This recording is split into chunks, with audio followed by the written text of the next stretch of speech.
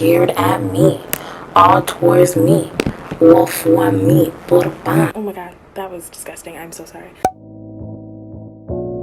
Hello, welcome to my fake dashiki. Hello everybody, my name is Isis and this is Isis Says Hi. Welcome back to my channel. If you don't know what this channel is, I do research videos, sometimes random rambles about policies and politics because that is what my life has become. So welcome if you're new, subscribe if you would like to, and thank you in advance for sitting through this video. Hopefully it'll be short. It's 6 pages.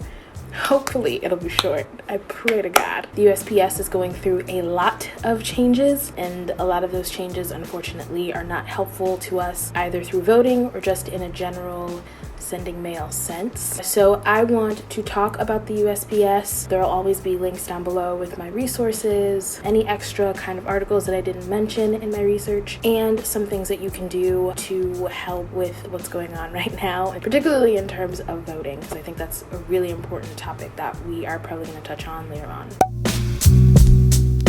So in colonial times, mail was delivered by friends, merchants, and Native Americans. Because colonists needed to send mail back to England, the first postal service was established in 1639 when the General Court of Massachusetts designated Richard Fairbank's Tavern in Boston as the official mail drop for overseas parcels. Parcels are essentially just mail. It was common in England for taverns and coffee houses to be used as mail drops. After a while, most local authorities began establishing their own routes between the colonies, but it was not until 1683 that William Penn established an official post office in Pennsylvania.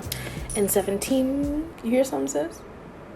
I'm still dog sitting. In 1707, the British government bought the rights to the North American Postal Service and appointed a local deputy postmaster general, Benjamin Franklin. And then in 1753, Benjamin Franklin, who had been the postmaster of Philadelphia, became one of 2 joint postmasters general for the colonies. He set up more efficient colonial routes that cut delivery time in half between Philadelphia and New York, and he created the first rate chart, which standardized delivery costs based on distance and weight. On July 26th, in 1775, the U.S. postal system is established by the Second Continental Congress, with Benjamin Franklin as its first postmaster general. So for the founding fathers, the purpose of the postal office was to unite Americans scattered in the U.S. The agency would drive the expansion of roads and transit and strengthen connections with those who live in more rural towns, and be reliable that they'll bring packages in any weather conditions. President George Washington saw the post office as a way to cultivate committed American citizens. In its early years, the post office focused on delivering newspapers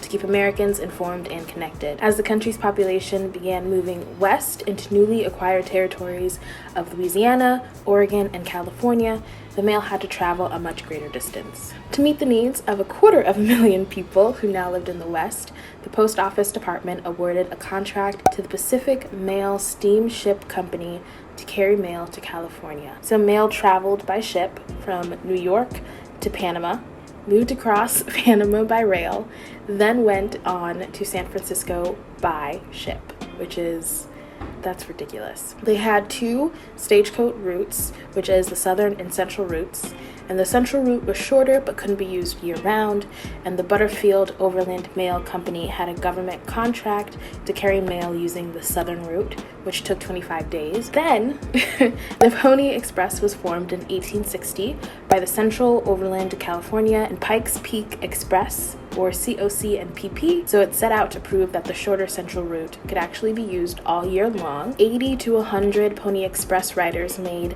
$100 a month to cover 1966 miles. Also, $100 a month was probably way more than it is now, like worth way more. So do that math in your head. Don't do the math in your head. I don't know. I'm not gonna do it for you either. So, okay. Anyways, from St. Joseph, Missouri to Sacramento, California, through Kansas, Nebraska, Colorado, Wyoming, Utah, Nevada, and California. At any given time, 2 riders were traveling on the same route, 1 in each direction. They averaged 10 miles per hour and completed the route in only 10 days, proving that the central route was faster and that it could also be used full-time. Then the transcontinental telegraph line was completed, allowing people to send messages in minutes rather than days. And so the Pony Express was shut down after only about 18 months in service. In 1863, postmasters began with home delivery instead of just carrying letters from post office to post office. Though rural deliveries were costly and even led to a staggering $40 million deficit in 1914, they were defrayed by profits from urban delivery, so delivering in cities. Congress kicked in taxpayer money too.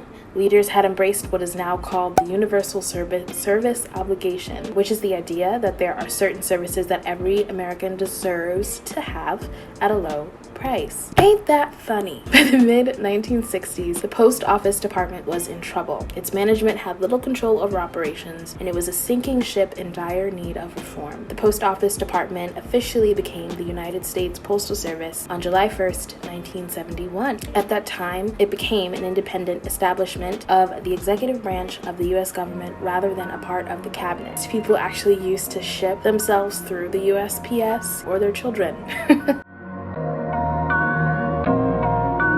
I don't know why y'all didn't tell me that there was a booger in my nose. That's real rude, you know. I'm doing this thing for you. Ooh, okay, never mind, I can't move it. By the early 20th century, the post office had established a 4-pound limit on mail. Anything heavier was supposed to be left to private companies. The 4 largest private carriers had formed a weird monopoly/cartel, setting confusing and exploitative rates. And so in 1913, Congress made parcel service an official post office product. The service was an immediate hit. The hard work of sorting and carrying mail across the U.S. has provided steady, mostly middle-class jobs to many Americans, which is another reason that the postal office has always been a trusted institution. The post office assisted after disasters thanks to employees' knowledge of the landscape, and its website offers near-daily updates on mail carrier heroics, from finding missing children, reporting fires, and administering emergency first aid. This work has not always been well rewarded. Letter carriers began to unionize in the 1860s and fought for better pay and work conditions. But even 100 years later, some letter carriers were still paid so little that they lived off of food stamps, or SNAP as we know it today, and welfare, or public benefits programs as we know it today. The agency too struggled under cost-cutting measures that reduced overtime, leaving some post offices so overstuffed with mail that in 1964, some Christmas gifts were still delivered on Valentine's Day. In 1968, a presidential commission concluded that mail service would be improved if it were run as a business, a proposal that postal unions opposed. The post office is supposed to be a service to people, something that is dependable, that if people can't use these private mail carriers, they can use the United States mail carriers. Things hit a breaking point in 1970 when New York City carriers launched a strike that spread across the nation.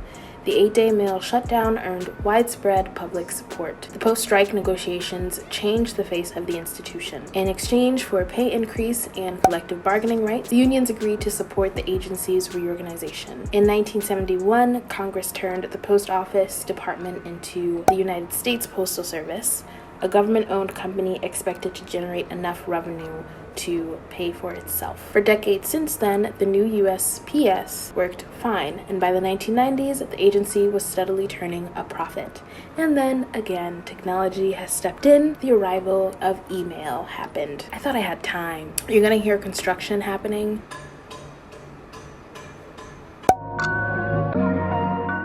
So in 2006, Congress passed a law called the Postal Accountability and Enhancement Act, or PAEA, but not with the L's. It requires the U.S. to create a $72 billion fund to pay for the cost of its post-retirement healthcare costs 75 years into the future. This regulation doesn't apply to any other federal agency or private corporation. The Postal Service's leadership didn't expect this to be a problem, and then the Great Recession happened. Also, what came into the PAEA, it strictly defined postal services as letters and packages alone. And in its December 2018 report, President Trump's task force on the United States Postal Service affirmed current rules related to post office and its retiree health benefits, but then it also said for funding these pension plans is pretty unworkable. So let's talk about why all of this information, why I went through all of this history, and why it's important now.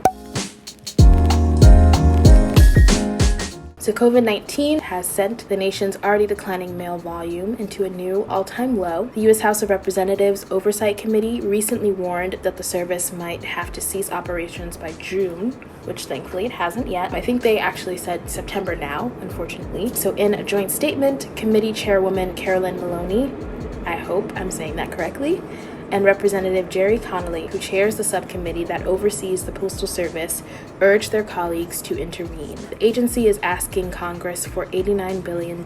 So the president's disapproval of the agency is well documented. In the past, he's pushed for service cuts in the president's budget and indicated that he wanted the USPS to raise rates for packages. These actions would be consequential for Americans, especially those below the poverty line who live in remote areas and rely heavily on the USPS for their mail. The absence of the USPS would also affect Indigenous people living in tribal lands, as there are already few resources dedicated to keeping them connected with the world. The USPS is legally required to deliver all mail. There's still a large chunk of people who rely on mail because they have poor or no internet service. So 18% of people still pay their bills by mail, and 20% of adults over 40 who take medication for a chronic condition still get those pills by mail order. There are also several small towns around the country that vote only by mail because they're not populated enough to open up polls. In Minnesota, for example, 130,000 people receive a mailed ballot every election because they live in a town with fewer than 400 people. The voting rights of Indigenous people would also be at risk because they've already had difficulties voting when it comes to election due to voter ID laws and requirements for in-person voting. So we're going to talk about some ideas to save the post office. So some suggest it could turn to a banking place as it used to be, or providing rural broadband internet connections. Others think mail carriers could offer essential government services to the people who live along their routes. A lot of these changes would require overturning the 2006 law, which defined the USPS as only being able to do mail. In a show of support, people have been ordering stamps online and are encouraging others on social media to do the same. So some people who advocate for privatization of the USPS want to go even further and eliminate Federal Postal Service entirely, which they see as an untaxed business distorting the marketplace.